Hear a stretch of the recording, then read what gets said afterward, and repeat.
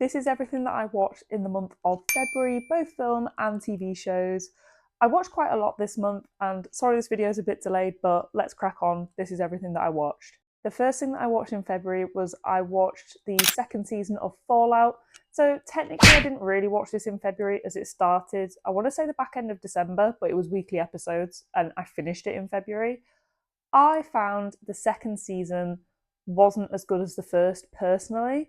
I know a lot of people who did enjoy it, and as someone who's never played the game, I can really enjoy the show still. When I have watched it, I've watched it with someone who has played the game, and they've done a bit of translating for me when I'm like, who the hell's this guy? This season, I just felt the pacing was a little bit off. I got a little bit disinterested at points, and I would have liked to have seen more of the Brotherhood storyline. I did think that the ending was pretty good, and I liked the setup for the next season. Overall, I gave the new season of Fallout out of 5. I gave it 3.5 stars. I still watched all of it, so it can't have been that bad, can it? Like, it was okay, but it wasn't the best thing I've watched. The next thing that I watched was I watched the new Muppet Show special.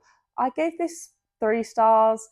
It was okay. It was only half an hour long, and it had Sabrina Carpenter. I enjoyed watching Kermit and Sabrina Carpenter sing Islands in the Stream. That was so daft. I gave it 3 out of 5. The next thing that I watched is a film that escaped me in childhood. I watched Pitch Perfect. This film I gave 3 stars overall.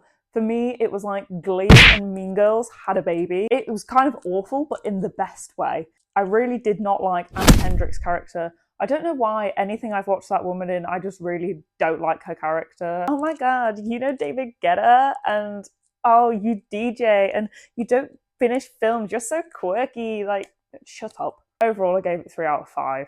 The next film that I watched was I watched Dodgeball, and I gave this 3.5 stars. It was a film of its time. It's very dated. A lot of references which were kind of questionable, but overall, as a film, I did really enjoy it. I loved Ben Stiller's character. It was very similar to his Zoolander character. Um, it's a funny film. Like, it's an enjoyable film. The next film that I watched Thunderbolts. As someone who isn't that bothered about Marvel or Avengers or like team up movies, it was fine. I gave it 3 stars overall. It was kind of just Florence Pugh doing a dodgy Russian accent and kind of average pacing. I found the ending very abrupt, and I felt like it was very unfinished. It was just like, oh, it's over now. Everything's fixed now. Like, oh, okay.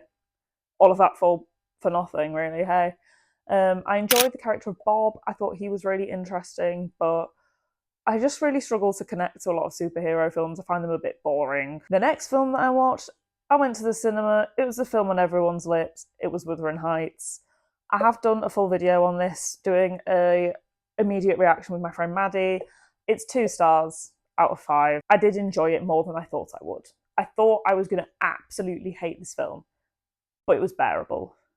The first sort of 10 minutes gave me a false sense of hope. I was like, this is really good. Like, maybe it's all going to be okay.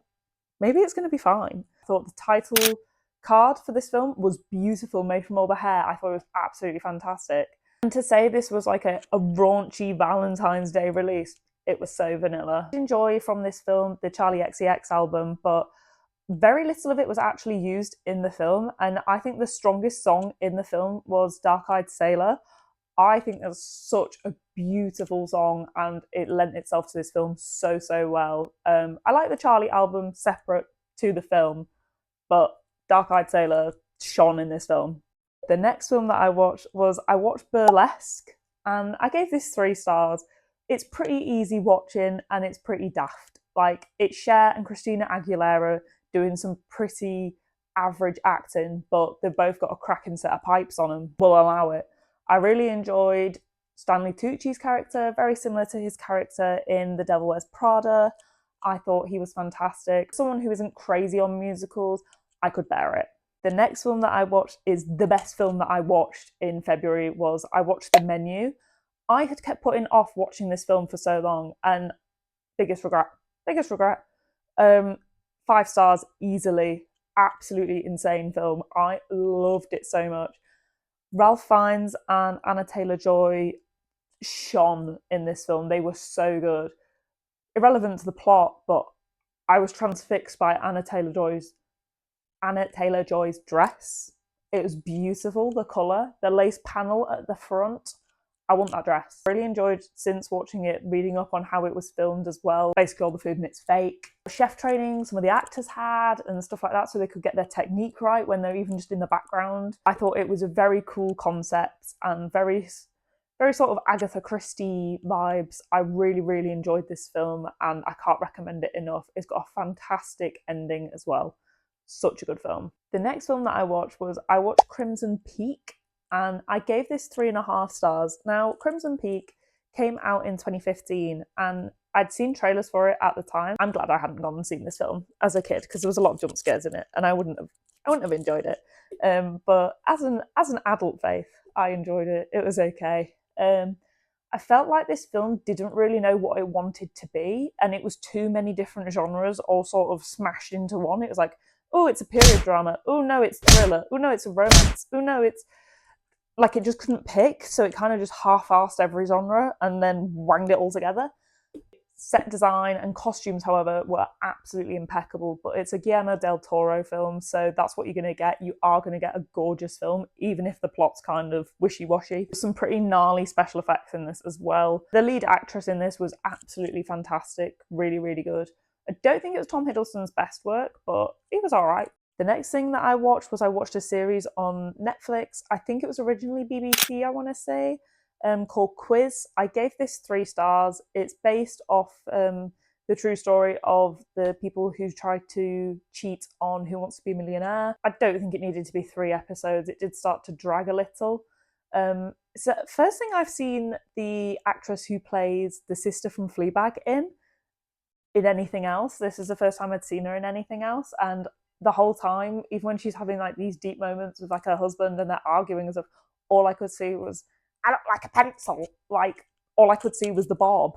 It's all I could see. And I couldn't, it's because she's so synonymous with that role that I just couldn't see anything else. Pretty accessible way to learn about the story of what happens, and pretty quickly, or you can just read the Wikipedia page on it and probably get as much from it. The next thing that I watched was I rewatched the Bob's Burgers movie.